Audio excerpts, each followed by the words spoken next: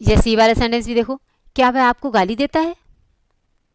अब ये आपने क्वेश्चन पुट अप किया, क्या वो आपको गाली देता है, और सामने वाले ने बोल दिया इस तरह से खाली मुंह भी नहीं खोला उसने, खाली बोल दिया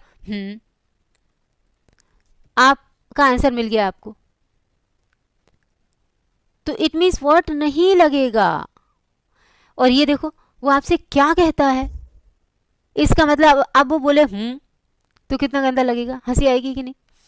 यानी कि अब उसे मुंह खोल के बताना पड़ेगा, भाई बताओ कि वो क्या कहता है, बताओ। तो वो डिटेल मांग रहा है क्या, यहाँ पर ये आप क्या मांग रहे हो, डिटेल मांग रहे हो। ओके, ये मैंने बताया, इसमें भी ऐसे ही है। अब इसको फॉर्मेशन दिखा देते हैं कि किस तरह से फॉर्मेशन करते हो, अगर जिसको नहीं मालूम है। ये आपका व्हाट का टेंशन तो दूर हो गया कि व्हाट कहाँ लगेगा कहाँ नहीं लगेगा। कौन से सेंटेंसेस होते हैं जिसमें हमें व्हाट नहीं लगाना, यानी कि जिसमें हम यस नो का आंसर मांगते हैं, या फिर हूँ हाँ ऐसे कोई भी आंसर दे दे, हम सेटिस्फाइड हो जाने वाले हैं। तो वो वाले जो क्वेश्चंस पुट अप करोगे वो हेल्पिंग वर्ब से शुरू होते हैं। अब हेल्पिंग वर्ब से कैसे शुरू होते हैं, ये देखो, सब्जेक्ट से पहले क्या आएगी, उसी टेंस की हेल्पिंग वर्ब आएगी।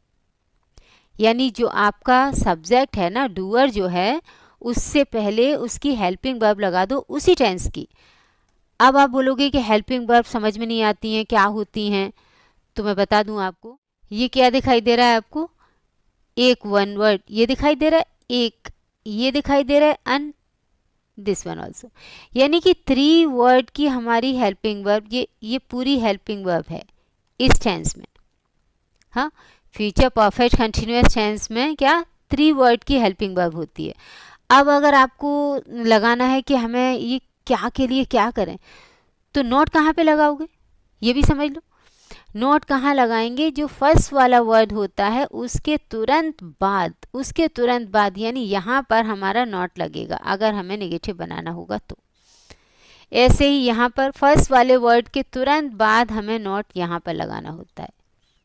ओके, तो कहने का मीन्स क्या हुआ, नॉट से पहले जो भी वर्ड आता है उसको उठाओ और उसको सब्जेक्ट से पहले रख दो, बस।